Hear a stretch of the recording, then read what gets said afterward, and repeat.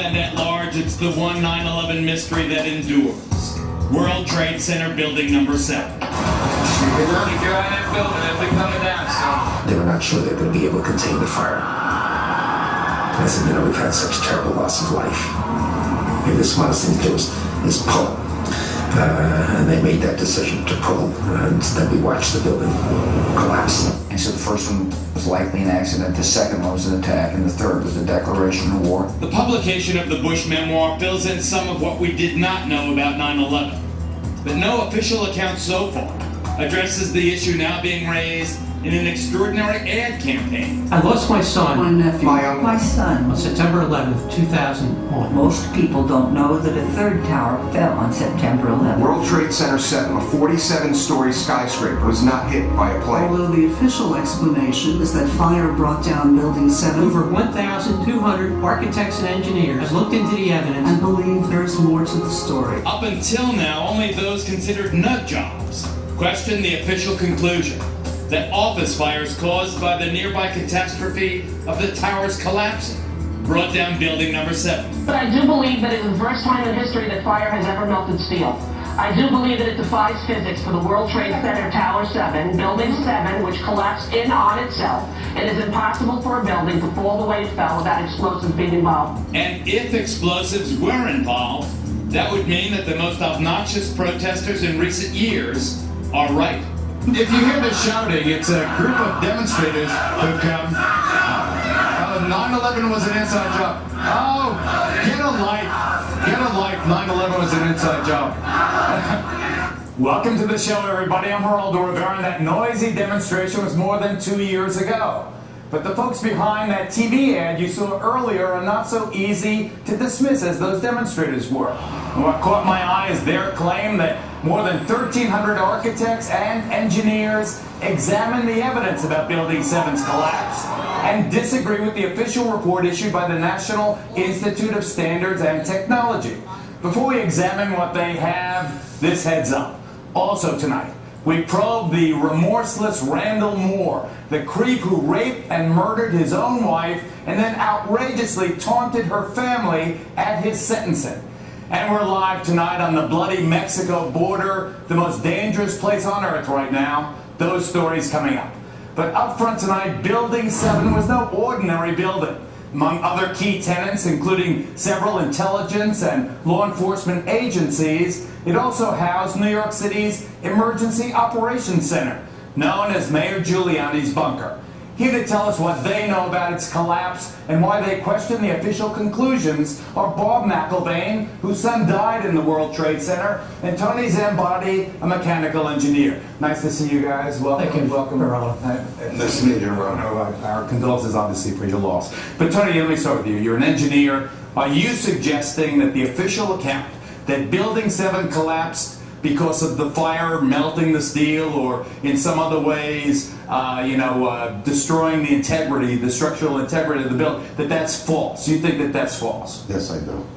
And for a couple of reasons. One is that Building 7 came down, it went into a sudden collapse across the full width and length of the building for 2.25 seconds, which amounted to 105 feet, or 8 stories, 8 13-foot tall stories.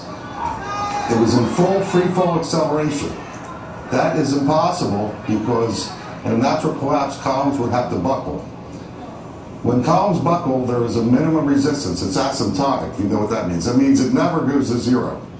So it's impossible. You can't reach. So here's what, I guess in layman's terms, to just get my hands here, Peter. So what he's saying is that the top floor collapses, hits the next floor, hits the next floor, hits the next floor, so it's bang, bang, bang, bang, the weight of the upper floors. It would slow down. What I'm trying to say is it was in full free fall acceleration. All of its potential energy was being converted. Instead of what I just described, the thing just collapsed like a pancake. It just came down. And so what are you suggesting brought it down, Tony? I'm suggesting there was some form of demolition devices in that building for 8 stories or more. You think that the explosives brought down Building 7? Some form of demolition device. I'm not pretending to know what it is. I am saying that it was in free fall acceleration. All right, let me ask you they admitted to that. Okay, let me ask you this before I get to Dad, before I get to Bob here. We've all seen old, obsolete buildings and public housing in other places outlived their usefulness, being demolished by the professionals who can actually collapse a building right in its own footprint. That's what it looks like happened to Building 7. Do you believe that's what happened? Yes, I do believe that's what happened. And why do you think they're lying about it? I don't really know all the details of why they're lying about it. I can't read their minds. All I can say is, scientifically, it's impossible for fire to have done what we see. And Bob, these 1,300 engineers and architects who agree with you and some of the other relatives' families. I know you found your son just a couple of days after the disaster. He was outside. I don't want to get into the details of how you believe he died. But these architects and engineers, do they support your contention? Do you believe that it was an inside job, that 9/11 was an inside job? All right, Geraldo, I believe it was an inside job. Okay, I'm here. You believe our government? Right, please. But the thing is, we don't have enough time to get into the reasons of that. We set up this Building What campaign. We saw the Building What? .org. BuildingWhat.org. The reason we have that is because Judge Lehner, when we had a petition to have a new investigation in New York City about Building 7, and when the lawyers... And you're asking the New York City Council. I don't want to also reopen. So I know we don't have the time, but anyway, he said, Building what? Because no one has any idea about Building 7. So, because I believe in... I've talked to so many firemen, so many EMS workers, policemen, who talk about the explosions. And I know you don't want to get into my son, but I feel my son died from an explosion. I went to all the 9/11 Commission hearings. I've been researching this for 9 years. So what do you want? Let's get to the bottom line. I want truth. And I've been lied to. I mean, it's beyond a reasonable doubt that the 9/11 Commission did not tell this story. 9/11 Commission barely mentioned Building 7. Right. Okay, what forum do you want the investigation in? Well, the forum, what we want it is in New York City right now, because New York City, we feel, has an obligation to investigate 9/11. So before we're out of time completely, Bob, do you want specifically the New York City Council to open its own investigation of the Building 7 collapse? Absolutely. And that would satisfy you if they did that? Well, I'm not done. I'm still a parent. I'm a parent who has an obligation to find out why my son was murdered. As far as this show and New York City, I want the investigation. That will not be sufficient enough.